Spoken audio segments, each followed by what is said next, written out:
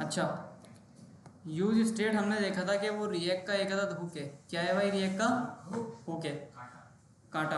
अच्छा, हुक की कोई डेफिनेशन ज़रा मुझे दोबारा बता दो कि क्या होता है हुक और क्यों हुक की हमें ज़रूरत पड़ती है रिएक्ट के अंदर।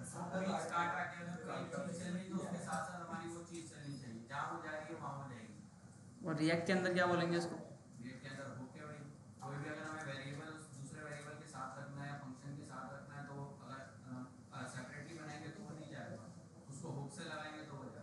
कहाँ जाएगा भाई? चेंज की बात होती है यहाँ पे, ठीक है, वेरिएबल अपडेट की बात होती है। रिएक्ट के अंदर इस्तेमाल होता है वर्चुअल डॉम। ये मैंने पढ़ाया था ना वर्चुअल डॉम आप लोगों को, है ना? तो वर्चुअल डॉम क्या करता है, नॉर्मल वेरिएबल चेंज तो होता है लेकिन उसको वो शो नहीं करा पाता, क्योंकि वो क्या करते हैं, वो पुराने वाले अपडेटेड डॉम से उसको कंपेयर कर रहा होता है ना। प्रैक्टिकली करके भी हमने देखा था, ये कंसोल के अंदर उसकी वैल्यू चेंज हो रही थी बार बार, ऐसा है नहीं है? हाँ भाई यार, क्या कर रहे हो तुम लोग पीछे? क्या कर रहे हो पीछे? चंदा जमा कर रहे हो? क्लास के बाद करना, आगे आ जाओ, आगे आ, जल्दी आगे आ जाओ, टाइम नहीं है। अच्छा, कहाँ थे भाई हम? हुक पे थे ना? हाँ, तो वर्चुअल डॉम क्या करता है कि जब भी रिएक्ट के अंदर कोई चीज़ अपडेट होती है तो वो बिहाइंड द सीन तो चेंज होती है, लेकिन यूआई के ऊपर वो चेंज नहीं हो पाती।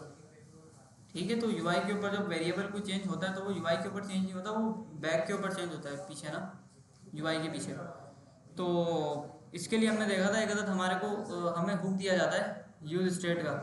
उससे क्या होता है कि वो आप चेंज करते हो तो वो नॉर्मली आपको वर्चुअल डॉम के ऊपर आपका अपडेट होकर नज़र आ जाता है। ठीक है, अच्छा, तो यूज स्टेट का काम ये है कि जब आपको यूआई के ऊपर कुछ चेंज करना है तो वो आप उसको यूज स्टेट की मदद से चेंज कर सकते हो। अच्छा, दूसरा जो हुक है ना हमारा, वो है भाई हमारा यूज इफेक्ट। ठीक है, यूज इफेक्ट हुक।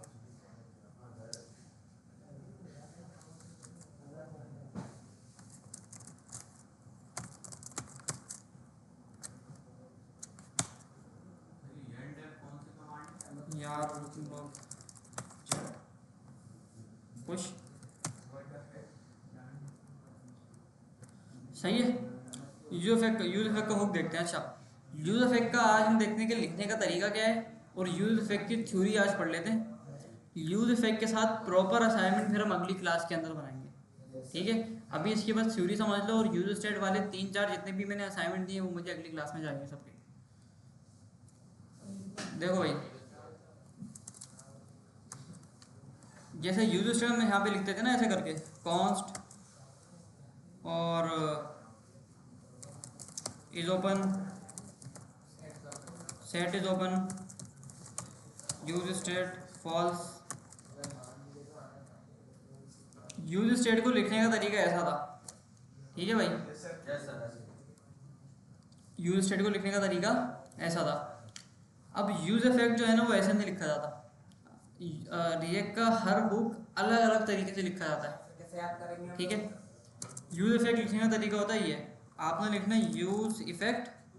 ठीक है, अच्छा, इसको इंपोर्ट करते हैं सबसे पहले, रिएक्ट से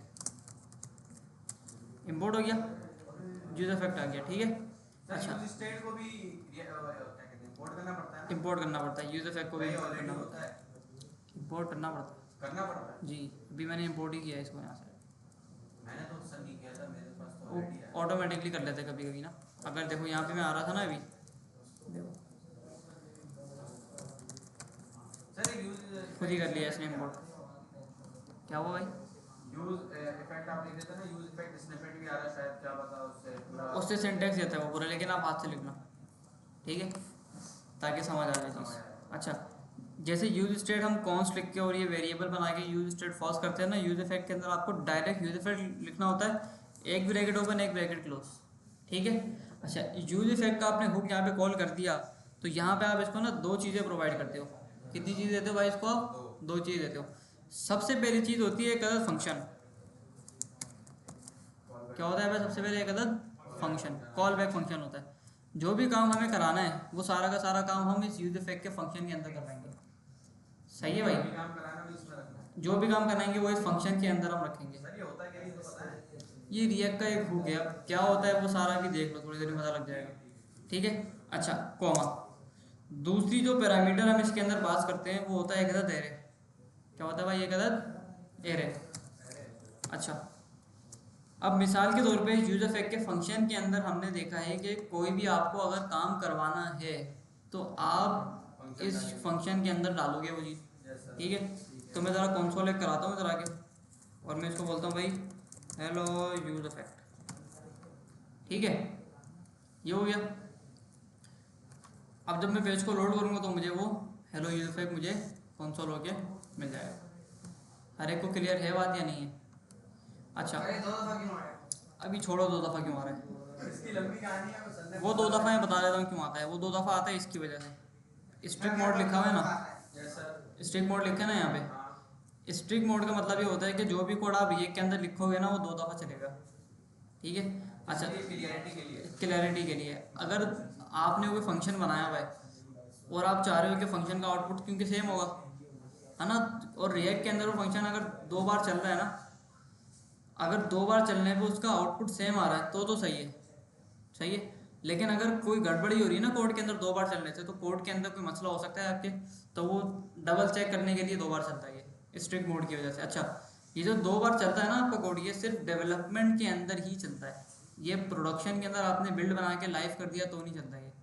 अगर आपको एक बार चलाना तो आप इसको हटा दो भाई, स्ट्रिक्ट मोड को रिमूव कर दो, अब एक बार चलेगा आपका कोड। ये हटाया मैंने इधर आके, और यहाँ से भी इसको हटाया। एरर देगा ये, मैंने करा हुआ है इसको, हटाया हुआ है, लेकिन एरर देगा। नहीं एरर क्यों देगा भाई, एरर तो नहीं देना चाहिए इसको। हो गया, अच्छा, कॉमा। कॉमा भी हटा दिया। अब एक दफा देगा सर। अब एक दफ़ा देगा ये देखो, आया अरे वाह। आया एक दफ़ा। सर क्योंकि हर चीज दो दफा तो दे रहा था। 2 दफ़ा देने का इसका मकसद यही होता है कि डेवलपमेंट के अंदर अगर कोई बग आ जाए ना तो वो रिवाइंड करा दे आपको ना, कि डबल चेक हो जाए आपका, बस ये है। अच्छा, ये रिएक्ट ये इंटरव्यू के अंदर पूछा जाता है सवाल ना कि 2 दफ़ा क्यों आता है वो बताओ ज़रा, तो ये बता सकते हो आपके चेक करने के लिए। कोड की वजह से, और मेजर रीजन है कि कोड चेक करने के लिए। हाँ, डबल चेक सर करने के लिए। लेकिन अच्छा, जब हम इसको बिल्ड बनाएंगे फिर ये दो दफा नहीं होगा। नहीं, फिर एक ही दफ़ा चलेगा, फिर एक ही दफ़ा चलेगा। अच्छा, तो यहाँ पे हमने क्या किया भाई, कंसोल लगा दिया यूज इफेक्ट के अंदर फंक्शन के अंदर, और ये हमने सिंटेक्स पूरा इसका लिखना सीख लिया। ठीक है, तो यहाँ पे मुझे कंसोल यहाँ पे नज़र आ गया। अच्छा, अब जो भी काम कराना है वो तो आप इसके अंदर लिख लोगे, क्लियर है एक को। Yes sir. अब ये जो एरे है ना इसके अंदर, इसका एक ख़ास मकसद है। इस एरे के ना 3 पर्पस होते हैं, और 3 अलग अलग वजह से होते हैं। सबसे पहला पर्पस ये है कि इस एरे को आपने खाली छोड़ा हुआ है, जो हमने अभी किया हुआ है। ठीक है, जो एरे को हमने यहाँ पे आके बिल्कुल खाली छोड़ा हुआ है। अच्छा, अगर आपने इस एरे को खाली छोड़ा हुआ है, एरे इसके अंदर है मौजूद लेकिन खाली है, ठीक है, एक तो वो केस होगा कि मैंने एरे पास ही नहीं किया, मैंने इसको हटा दिया भाई, चलो भाई ऐसी की तैसी, एरे पास ही नहीं किया। दूसरा केस होगा मैंने एरे पास किया है। अच्छा, अगर तो मैंने एरे को पास किया है इसके अंदर और एरे मेरा खाली है, तो इसका मतलब ये होगा कि भाई ये जो फंक्शन है ना ये वाला, ये मेरा वेरी फर्स्ट टाइम चलेगा, एक बार चलेगा सिर्फ। कब चलेगा? जब मेरा पेज लोड होगा या फिर जब मेरा कंपोनेंट लोड होगा। ठीक है, एरे अगर खाली होगा तो मेरा ये वाला कोड वेरी फर्स्ट टाइम चलेगा, जब मेरा पेज या वो कंपोनेंट लोड होगा। एक बार ही चलेगा। एक बार चलेगा, पहली बार बस। सर लेकिन यूज स्टेट 2 बार चल रहा था ना, जो भी। नहीं, अभी यूज स्टेट भी एक ही बार चलेगा भाई, सब एक ही बार चलेगा। चलेगा, लेकिन अगर हम एक बार चल रहा है, वो लगा दें, वही स्टिक मोड लगा दें। वो स्ट्रिक मोड को छोड़ दो ना, वो जब भी मैं अभी नहीं पढ़ा रहा था, मैं अभी जब ही नहीं पढ़ा रहा था स्ट्रिक मोड यूज इफेक्ट के साथ ना। अभी इसको 2 बार शो कराने दो, अभी स्ट्रिक मोड को भूल जाओ, अभी यूज इफेक्ट पढ़ो। ठीक है, ऐसा रहेगा क्या है? अगर ये मेरा एरे खाली होगा यस सर। तो ये जो कोड है ना मेरा ये वाला, हाँ, ये पहली बार चलेगा, सिर्फ पहली बार चलेगा। पहली बार चलेगा। पहली बार कब चलेगा? जब या तो मेरा पेज लोड होगा या तो मेरा कंपोनेंट लोड होगा जिसके अंदर मैंने यूज इफेक्ट डाला हुआ है। सही है, ठीक है। ठीक है, अच्छा अभी देखो पहली बार ही चल रहा है, मैंने पेज को लोड किया तो पहली बार चला है। पहली बार चलेगा। दूसरी बार, दूसरी चीज़, दूसरी चीज़ भाई ये है कि इसके अंदर ना मैंने कोई वैल्यू पास कर दी, इसके अंदर मैंने कोई वैल्यू पास कर दी, मैंने बोला इस ओपन पास कर दो आप इसके अंदर, ठीक है। ये जो इस ओपन की स्टेट मैंने ऊपर बनाई है ना, ये मैंने यहाँ पे आके पास कर दी, वेरिएबल है ना, ये वेरिएबल है, स्टेट वेरिएबल है। अच्छा, इसको बोलते हैं हम डिपेंडेंसी एरे। ये जो एरे लगा हुआ है ना लास्ट में, इसको क्या बोलते हैं भाई, डिपेंडेंसी एरे। यानी यूज इफेक्ट जो है वो इस एरे के ऊपर डिपेंड करता है कि कब चलना है और कब नहीं चलना, कब नहीं चलेगी। ठीक है, कब चलना है और कब नहीं चलना। अच्छा, जब खाली होगा तो एक बार चलेगा पहली बार। जब कोई वैल्यू इसके अंदर पास होगी, कोई वेरिएबल इसके अंदर पास होगा ना, तो ये मल्टीपल टाइम्स चलेगा। मल्टीपल टाइम्स कैसे चलेगा, जब जब उसकी वैल्यू चेंज होगी, जो एरे पास किया है ना हमने उसके अंदर जो मौजूद वेरिएबल्स हैं, जब जब उनकी वैल्यू चेंज होगी, जब जब ये मेरे पास यूज इफेक्ट मेरे पास चलेगा। कितनी बार चलेगा, जब जितनी बार भी चेंज होगी वैल्यू, जितनी बार भी चेंज होगी। देखो अभी पहली बार तो चलेगा ही चलेगा, पहली बार चल गया। अब इधर आकर ना मैं एक बटन बनाता हूँ,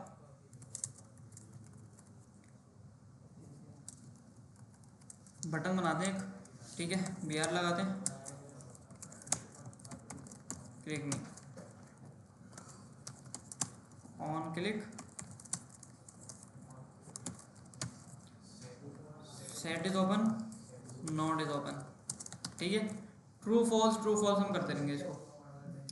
अच्छा, अब देखना, देखो पहली बार चला, अब मैं क्लिक मी के ऊपर क्लिक करूंगा ना, तो इसकी वैल्यू चेंज होगी स्टेट की, ट्रू को फॉल्स करेगा, फॉल्स को ट्रू करेगा।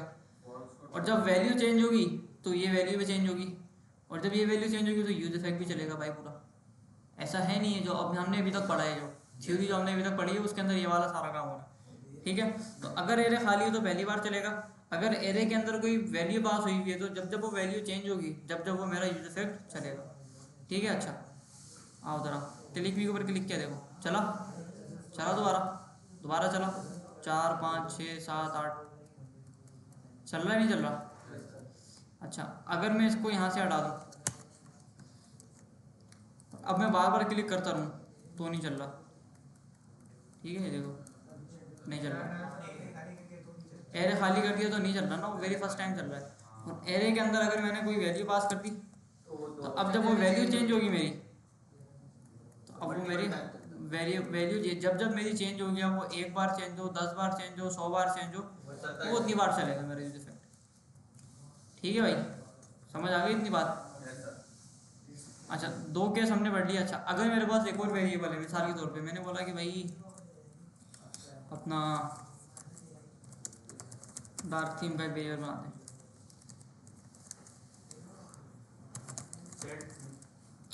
ठीक है।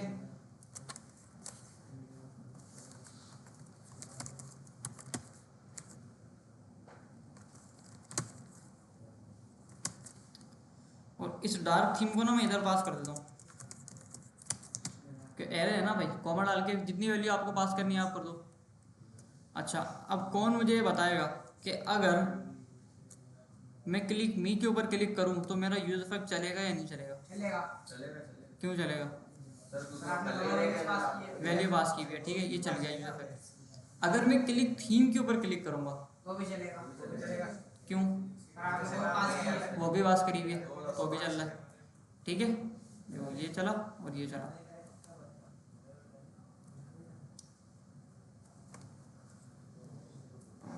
डार्क थीम, चलो ठीक है। देखो इस पे भी चल रहा है बार बार और इसके ऊपर भी चल रहा है, समझ आ गई बात? मतलब वैल्यू पास करेंगे तभी चलेगा मल्टीपल टाइम्स, अदरवाइज एक टाइम चलेगा। हाँ, अगर इनमें से कोई भी वैल्यू चेंज होगी ना, इनमें से 10 आपने पास करी हुई है, 10 में से एक भी अगर चेंज हुई तो यूज इफेक्ट आपका चलेगा ही चलेगा बार बार, सही है। अच्छा, अब इसके अंदर हम कोई भी कोड करवा सकते हैं। आप यहाँ पे आए हुए अलर्ट लगा दो, आपने अलर्ट लगा दिया भाई, हेलो वर्ल्ड, ठीक है। पेज को लोड किया, पहली बार चला, ओके हो गया, क्लिक में किया चल गया, क्लिक थीम किया जब भी चल गया, चलता ही रहेगा। अच्छा, 2 केस हमने देख लिए, एक तो या तो आपका डिपेंडेंसी एरिया खाली है, एक फिल है, या तो डिपेंडेंसी एरिया आपका फिल हुआ है, तीसरा केस, आपने डिपेंडेंसी एरिया पास ही नहीं किया।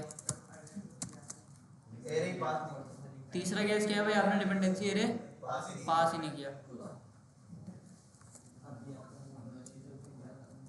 ठीक है, अच्छा अब यहाँ पे आते हैं मसला। अगर आपने डिपेंडेंसी एरिया पास नहीं किया तो ये चलता ही रहेगा, चलता ही रहेगा, चलता ही रहेगा, कंटिन्यूसली चलता रहेगा, लूप की तरह। लूप की तरह।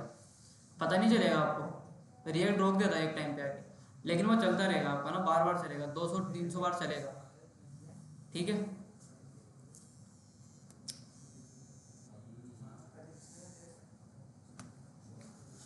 अच्छा भाई, तो यूज इफेक्ट लिखने का सिंटेक्स और यूज इफेक्ट के अंदर जो एरे हम पास करते हैं उसका पर्पस सबके समझ आ गया या नहीं आया? हाँ भाई, पीछे वाले तुम चारों जरा मुझे बताओ। सर इसमें किस लिए हम यूज करते हैं sir, use effect? Use effect mainly इस्तेमाल होता है कि अगर आपको इस स्टेट के चेंज के ऊपर कोई काम आपको करवाना है, इस स्टेट के चेंज, हाँ किसी भी वेरिएबल के चेंज के ऊपर आपको काम कराना है कोई, या आपको कोई काम बिल्कुल पेज लोड होते ही करवाना है। सर तो वो तो वैसे भी होता है, जैसे आम अगर कोई हम फंक्शन नहीं, बनाए नॉर्मली नहीं होता वो। अगर आपने यहाँ पे फंक्शन बना दिया ना, कोई आपने बोला फंक्शन में एक बटन बना दिया, बटन में हमने बोला ऑन क्लिक, तो नहीं है, देखो ना, आपने बोला फंक्शन हेलो के नाम से फंक्शन आपने बनाया और ये बोल रहा है console.log हेलो। ठीक है, और आप ये कह रहे हो कि हेलो के फंक्शन को यहाँ पे डायरेक्ट कॉल कर दो, ऐसा ही है ना? Yes sir. फंक्शन आपने बनाया, इसको आपने डायरेक्ट यहाँ पे कॉल कर दिया तो ये चलना चाहिए पेज लोड होते ही, ये नहीं चलेगा। ठीक है, रिएक्ट मना कर देता है। चल गया सर, कहाँ से चल गया भाई, चल गया। हेलो। वरना समटाइम ऐसा होता है कि कोई फंक्शन हो गया, कोई स्टेट हो गई ना, तो वो रिएक्ट मना करते हैं, उसको बोलता है भाई डायरेक्ट नहीं चलाओ, आप डायरेक्ट चलाओगे तो मसला है, आप इसको यूज इफेक्ट के अंदर डालो। इस्तेमाल करना होगा यूज इफेक्ट। यूज, हाँ यूज इफेक्ट या यूज स्टेट इस्तेमाल करना होगा। ठीक है भाई, सबके समझ आ गई ये वाली चीज़? यस सर, यूज इफेक्ट के अंदर जो डिपेंडेंसी एरिया पास करते हैं उसका पर्पस क्या होता है? यस सर, अगली क्लास के अंदर हम सीखेंगे कि रिएक्ट के अंदर एपीआई कॉल कैसे होती है, लेकिन उससे पहले मुझे सबके असाइनमेंट्स चाहिए। सर इसको एपीआई को ही बोलते हैं। कौन से क्या क्या असाइनमेंट है सर अभी आप? अभी असाइनमेंट देख लो ना, पोर्टल खोलो, एक है दो है, एक ही दिया सर वो ना डेट पिछले तो बने हुए ना, सर डेट क्लोज हो गई, उसका क्या करें? दोबारा सबमिट करा दो, वो लेट सबमिशन के अंदर आ जाएगा, वो लेट सबमिशन के अंदर आ जाएगा आपका टास्क, उसका मसला नहीं है।